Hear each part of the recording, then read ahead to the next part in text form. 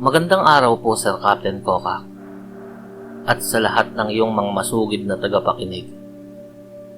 Sana ay nasa mabuti kayong kalagayan sa kabila ng mga balitang kumakalat ngayon sa ilang bahagi ng Mindanao.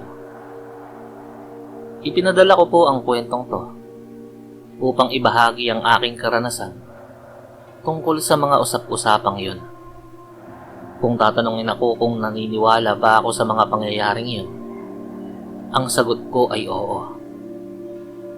Nais kong magbigay ng babala sa mga nakikinig upang lalo pa nilang pag-igtingin ang kanilang pag-iingat. Nakikiusap ako sa iyo, Captain Kokak. Itago mo na lamang po ako sa pangalang Arturo. Masela ng mga aganapang to at ayaw kong mahusgahan ng mga nakikinig. Hindi ko na rin babanggitin ang eksaktong lugar upang mapangalagaan ang aming komunidad at ang kabuhayan ng aking mga kalugar. Nangyari ito noong taong 2000 hanggang 2001 sa isang bahagi ng Mindanao. Isa akong mangingisda noon. Malayo ang dalampasigan sa amin. Kapag naisadsad ko na ang bangka, kailangan ko pang maglakad ng 1 oras, bitbit ang 2 timba na puno ng isda.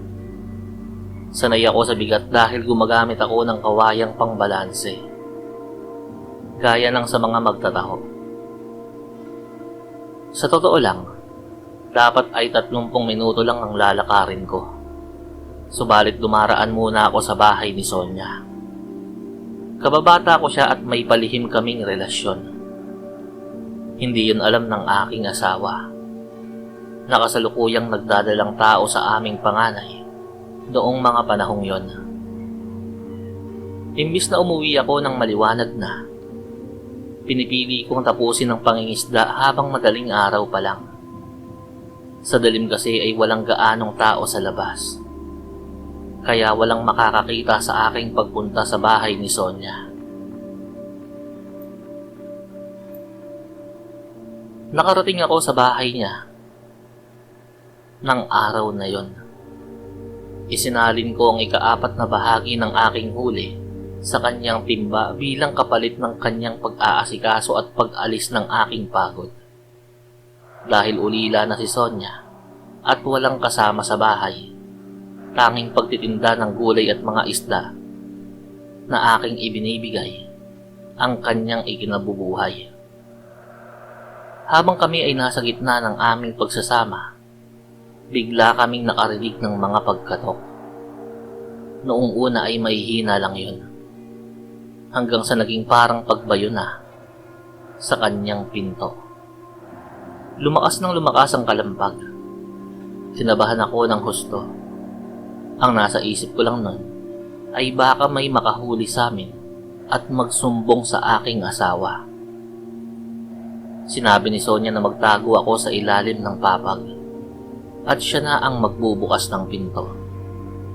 Isinuot ko ang aking mga damit at nagsiksik sa ilalim. Dahil may sapin na kumot ang papag, kampante akong hindi ako makikita. Mula sa aking kinalalagyan, tanging mga paalang ni Sonia ang nakikita ko habang papalapit sa pinto. Pagbukas niya ng pinto, hindi ko nakita ang muka ng nasa labas. Ang nakita ko lang ay isang mahabang itim na tela na tila palda o abito ng pare na tumatakip sa mga paa nito.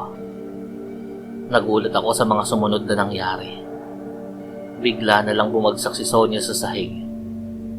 Ilang sandali pa, binuhat siya ng taong nakasuot ng purong itim sa tulong ng isa pang kasama na ganoon din ang suot. Pigil ang aking hininga habang pinapanood sila. Gusto ko sanang sumigaw o tumulong, pero nanaig ang aking takot. Takot na malaman ng asawa ko ang aking kataksilan, na baka makasama pa sa kanyang pagbubuntis. Siguro ay tumagal ako ng 30 minuto sa ilalim ng papag bago ako nakaramdam ng katahimikan. Nang masiguro kong ligtas na, agad kong nilisan ang bahay ni Sonia. Isinalin ko pa pabalik sa timbako ang mga isdang ibinigay ko sa kanya kanina.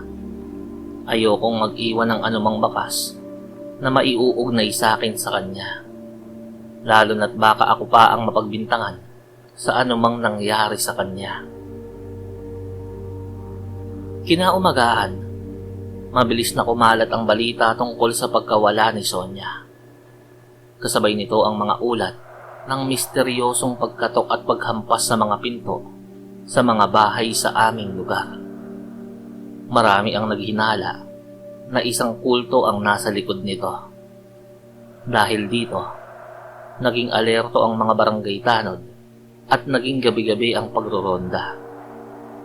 Hanggang sa kalaunan ay humupa rin ang takot at tila nakalimutan na ang insidente. Captain Kokak, hindi ko alam kung ang kwento kong ito ay may direktang kaugnayan sa mga kababalaghang nangyari noon sa Mindanao. Ngunit ang dalangin ko ay paigtingin sana ng mga nanunungkulan ang pagbabantay sa kaligtasan ng mga mamamayan. Sana idagdagan ng mga nagroronda sa gabi at lagyan ng sapat na ilaw ang mga madidilim na kalye.